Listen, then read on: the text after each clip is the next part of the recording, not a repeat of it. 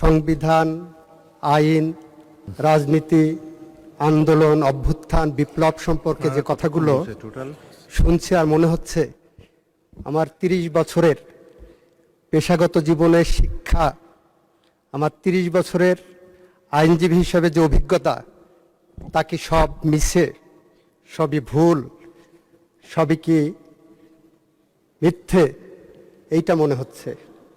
কিছুক্ষণের মধ্যেই আমার সম্বিত ফিরে আসার পরে মনে হলো বিরোধী দলের মাননীয় সদস্যরা ওনারা জানেনই না ওনাদের কিসের উপরে আন্দোলন বক্তব্য রাখছেন।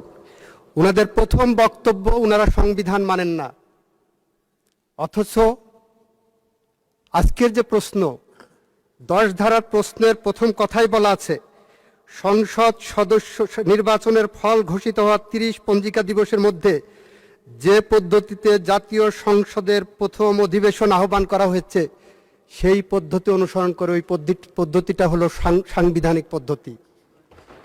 একদিকে বলবেন 72-এর সংবিধান মানবেন না, আরেকদিকে পদ্ধতি নেবেন সাংবিধানিক পদ্ধতি। মাননীয় স্পিকার, আজকে আমার বিরোধী দলের সদস্যরা যে বক্তব্য দিচ্ছেন, যে শপথ নিয়েছেন, সেই শপথ নিয়েছেন, নির্বাচিত হয়েছেন ওই সংবিধানের আলোকে। ওই বিরোধী দলীয় সদস্যরা যে অধ্যাদেশের উপরে, আদেশের উপরে নির্ভর করছেন, ওই আদেশের 12 ধারাটা পড়ে দেখেন।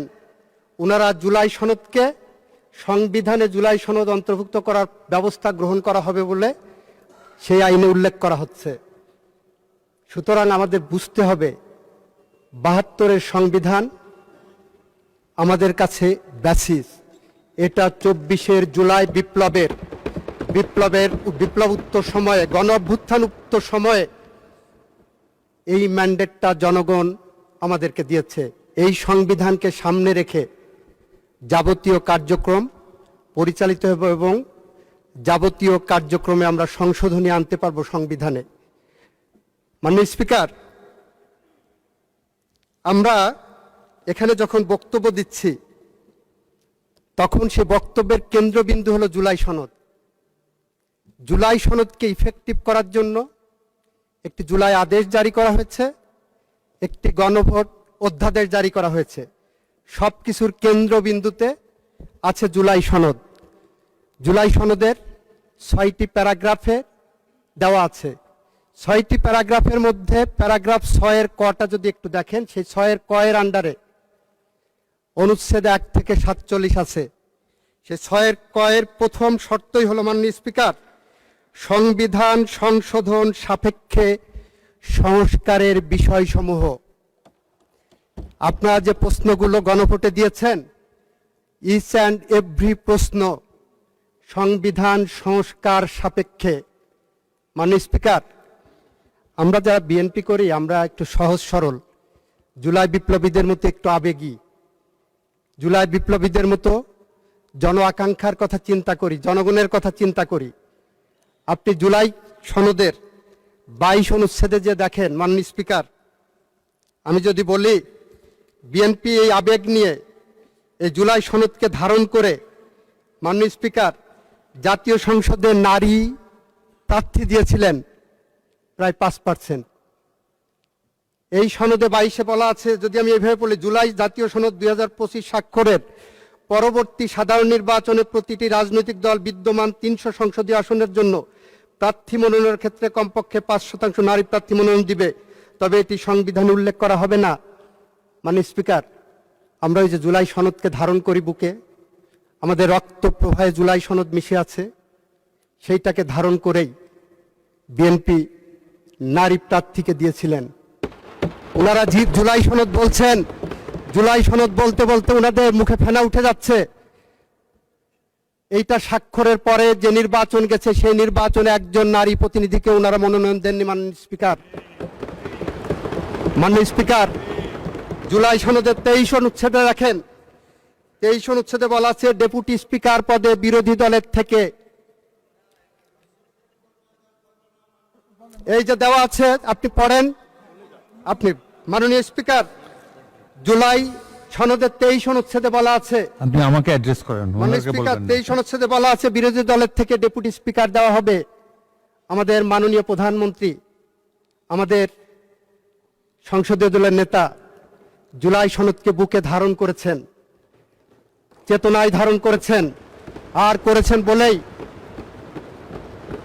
ডেপুটি স্পিকার পদটি তাদেরকে অফার করা হয়েছিল। মাননীয় স্পিকার, ওনারা জুলাই সনদ ধারণ করেননি, ডেপুটি স্পিকার পদ ওনারা নেননি। মাননীয় স্পিকার, মাননীয় স্পিকার, ওনারা প্রশ্ন তুলেছেন জুলাই সনদ না 72 সংবিধান, জুলাই সনদ না সংবিধান। মাননীয় স্পিকার, আমাদের 1972 সালের যে সংবিধানের আলোকে এই সংসদ রচিত হয়েছে, গঠিত হয়েছে, সেই 72 সংবিধানের সাথে বাংলাদেশের লাখো শহীদের রক্তের ঋণ জড়িয়ে আছে। সেই সংবিধানের সাথে লাখো মামুনের ইজ্জত এবং সম্ভ্রম জড়িয়ে আছে। এই সংবিধান যতবার সংশোধন হয়েছে, সেই সংশোধনের মধ্যে 72 থেকে 75 পর্যন্ত একদলীয় শাসনামলে প্রায় 30,000 বিরোধী রাজনৈতিক কর্মীদের হত্যার রক্ত জড়িয়ে আছে। এই সংবিধানে এমন সংশোধনী আছে যেটা পৃথিবীর ইতিহাসে অত্যন্ত বিরল। পৃথিবীর ইতিহাসে মাননীয় স্পিকার, সামরিক শাসনের মধ্য দিয়ে বাংলাদেশের গণতন্ত্রের দ্বার উন্মোচন করে দেওয়া হয়। এটার একমাত্র উদাহরণ বাংলাদেশে শহীদ রাষ্ট্রপতি জিয়াউর রহমান করেছিলেন। যে কারণে আমরা বলি বাংলাদেশের যা কিছু শ্রেষ্ঠ অর্জন, তার সবকিছু এসেছে শহীদ রাষ্ট্রপতি জিয়াউর রহমান এবং তার পরিবারের হাত ধরে।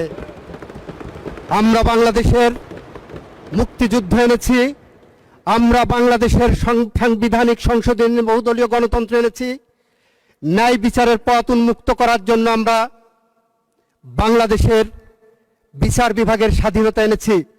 আমরা 82 থেকে 90 পর্যন্ত বেগম খালেদা জিয়ার নেতৃত্বে জাফর, জয়নাল, দীপালি সাহা, কাঞ্চন, রাউফুন, বসুনিয়া, শাহজাহান, সিরাজ, জেহাদ, নূর হোসেন, ডাক্তার শামসুল আলম খান মিলনের রক্তের বিনিময়ে আমরা 90 সালের যে গণ অভ্যুত্থান ঘটিয়েছিলাম, তার প্রেক্ষিতে মাননীয় স্পিকার 91 সালে যে পার্লামেন্ট এসেছিল, সেই পার্লামেন্টে আমাদের মাননীয় প্রধানমন্ত্রী, আমাদের প্রয়াত নেত্রী বেগম খালেদা জিয়া বাংলাদেশের সংসদীয় গণতন্ত্র এনেছিলেন, যার কারণে আজকে ওনারা এক্সারসাইজটা করতে পারছেন। মাননীয় স্পিকার, মাননীয় স্পিকার, আমার বন্ধুরা আইনের কিছু ফেলাসাজ ব্যাখ্যা দিয়েছেন।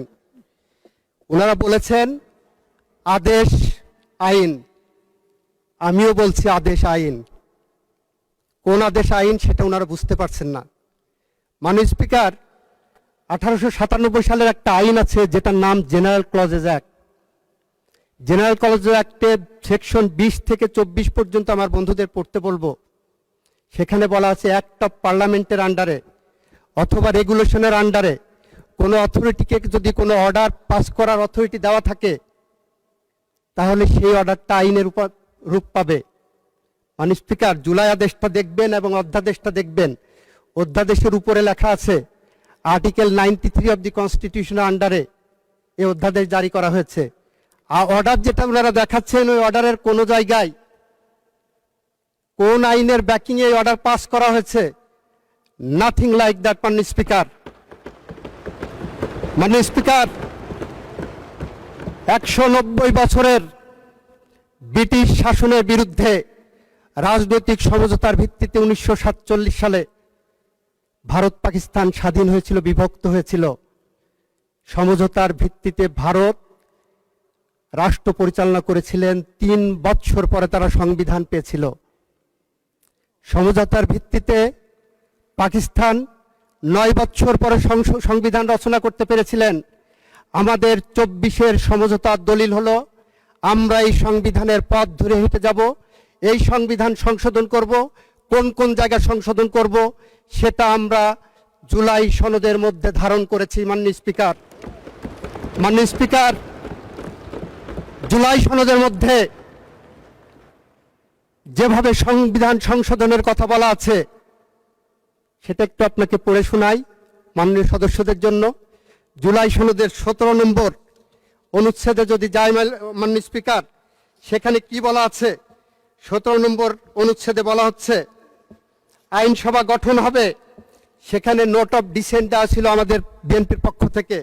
নোট অফ ডিসেন্টে বলা হচ্ছে অবশ্য কোনো রাজনৈতিক দল বা জোট তাদের নির্বাচন ইশতেহারে উল্লেখপূর্বক যদি জনগণের ম্যান্ডেট লাভ করে তাহলে তারা সেই মতে ব্যবস্থা গ্রহণ করবে। মাননীয় স্পিকার, আমাদের ম্যান্ডেট সুস্পষ্ট আছে। আমাদের নির্বাচন ইশতেহার অনুসারে আমরা জুলাই সনদকে একসাথে পড়ে আমরা এগিয়ে যাব, সংবিধানকে সামনে রেখে সংবিধান আমরা সংশোধন করতে বদ্ধপরিকর। মাননীয় স্পিকার, আমাদের এখানে অনেকেই বলেছেন গণ অভ্যুত্থান নয়, এটাকে বিপ্লব ডাকতে হবে। মাননীয় স্পিকার, জুলাই সনদের 38 নম্বর পেজের আপনাদেরকে দৃষ্টি আকর্ষণ করছি। আপনারা জুলাই সনদ বলতে বলতে মুখে ফেনা উঠে যাচ্ছে। এখানে 1 নম্বর প্যারাগ্রাফেই অঙ্গীকার নামার 1 নম্বর প্যারাগ্রাফে বলা হচ্ছে 2024 সালের জুলাই আগস্টের গণ অভ্যুত্থান। আপনারা ভালো করে দেখেননি কেন আমি হবস লক্স রুশোর কথা বলেছিলাম? মাননীয় স্পিকার, আইন হলো একটি সামাজিক চুক্তি। ষষ্ঠদশ এবং ষোড়শ শতাব্দীতে সুইস দার্শনিক রুশো, ব্রিটিশ দার্শনিক লক, হবস বলেছেন মানুষ কিভাবে শাসিত হবে, কিভাবে চলবে তারা নিজেরা সামাজিক চুক্তির মাধ্যমে নির্ধারিত করবেন। সেই সামাজিক চুক্তির ফরম্যাট হলো এই যে সংসদে বসেছি আমরা, এই যে আমাদের গঠনতন্ত্র সংবিধান, এইটাই আমাদের সেই সামাজিক চুক্তি। মাননীয় স্পিকার, আপনার দৃষ্টি আকর্ষণ করে বলছি 1972 সালে 1971 সালে 9 মাস রক্তক্ষয়ী সংঘর্ষ হয়েছিল। 72-এর যে সংবিধান, যুদ্ধোত্তর বাংলাদেশের সেই সংবিধান কিন্তু কোনো বাংলাদেশের পার্লামেন্টে রচিত হয়নি। বাংলাদেশের বিজয়ী জনগোষ্ঠী নির্ধারণ করেছিলেন যে 70-এর নির্বাচনে পাকিস্তানি সংবিধানের আন্ডারে যারা নির্বাচিত হয়েছিলেন তারা বসে একটি সংবিধান পরিষদ গঠন করবেন। সেই সংবিধানের আলোকেই সেইভাবে আমরা সংবিধান রচিত করেছি। আমাদের 24-এর গণ অভ্যুত্থানের এই বিষয়টাকে 24-এর জুলাই সনদটাকে আপনারা বড়জোর তুলনা করতে পারেন 90-এর গণ অভ্যুত্থানের 3 জোটের রূপরেখার সাথে। 3 জোটের রূপরেখাই ছিল এরশাদের পতনের পরে প্রধান বিচারপতি রিজাইন করে এসে উনি অস্থায়ী রাষ্ট্রপতি হবেন। 3 জোটের রূপরেখায় ছিল উনি প্রধান বিচারপতি পদে ফেরত যাবেন। 3 জোটের রূপরেখায় ছিল বাংলাদেশ পার্লামেন্টারি ফর্ম অফ গভর্নমেন্টে যাবে। ইয়েস, ইট ইজ বিএনপি যে তার রাজনৈতিক অঙ্গীকার রক্ষা করে 1991 সালের পার্লামেন্টের পরে জাতীয় সংসদে সংশোধনী এনেছেন। মাননীয় স্পিকার, আমরা আপনার সামনে বলতে চাচ্ছি, আপনার মাধ্যমে সংসদকে বলতে চাচ্ছি, আমরা যেমন জাফর, জয়নাল, জিপাল শাহ, কাঞ্চন, রাউফুন, বসুনিয়া রক্তের কাছে ঋণী, আমরা যেমন 72 থেকে 75 আসাদ, বাচ্চু, মাসুদ, হারুনের কাছে ঋণী, আমরা যখন 24-এর গণ অভ্যুত্থানের আবু সাইদ, মুগ্ধ, আনাস, ওয়াসিমের কাছে ঋণী, ঠিক একইভাবে আমরা এদেশের 30,000-এর মতো পঙ্গু জুলাই যোদ্ধাদের কাছে ঋণী। আমরা বিশ্বাস করি ফ্যাসিস্টদের বিদায়ের জন্য শুধুমাত্র গুটি কয়েক আমাদের মতো রাজনৈতিক কর্মী এখানে আসেনি। ফ্যাসিস্টদের বিদায়ের জন্য দীর্ঘ 17 বছর বাংলাদেশে বিএনপির উপর এবং আপনাদের উপর স্টিম রুলার চলেছে। আপনারা যদি নির্যাতিত মানুষের মুখচ্ছবি খুঁজেন, তাকিয়ে দেখেন আমার পার্লামেন্টের সংসদ নেতা বাংলাদেশের নির্যাতিত মানুষের প্রতিচ্ছবি। মাননীয় স্পিকার, আমার সময় শেষ হয়ে যাচ্ছে। আমি মন্ত্রী হিসাবে আপনার কাছে আরেকটু সময় বাড়িয়ে দেওয়ার জন্য অনুরোধ করছি, কারণ 15 মিনিট সময় দিয়েছেন আমাকে। আমি একটু সময় চাচ্ছি মাননীয় স্পিকার। আপনি 2 মিনিটের মধ্যে আপনার বক্তব্য শেষ করেন, কারণ বিরোধী দলকে একটু বেশি টাইম দিতে চাই আমি। অলরেডি আপনি 15 মিনিট শেষ হলে 1 ঘন্টা বলা হবে আপনার। আচ্ছা, 3 মিনিট, আর 3 মিনিট বলেন। বিরোধী দলকে একটু বেশি টাইম দেন মাননীয় স্পিকার। বলতে বলতে তো 1 মিনিট চাইতে তো 1 মিনিট চলে গেছে মাননীয় স্পিকার। আচ্ছা, ঠিক আছে, দেন 5 মিনিট। তাহলে বিরোধী দলকে মাত্র আমি 1 মিনিট সময় বেশি দিলাম। মাননীয় স্পিকার, আমাদের চেতনার উৎস শহীদ রাষ্ট্রপতি জিয়াউর রহমান, আমাদের প্রেরণার উৎস বেগম খালেদা জিয়া, আমাদের সাহসের বাতিঘর, আমাদের এই মহান সংসদের নেতা, আমাদের মাননীয় প্রধানমন্ত্রী তারেক রহমান।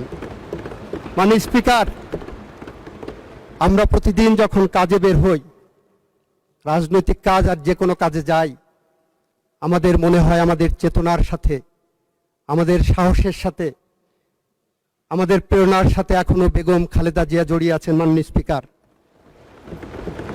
আমরা বিশ্বাস করি আমরা যারা বেগম খালেদা জিয়ার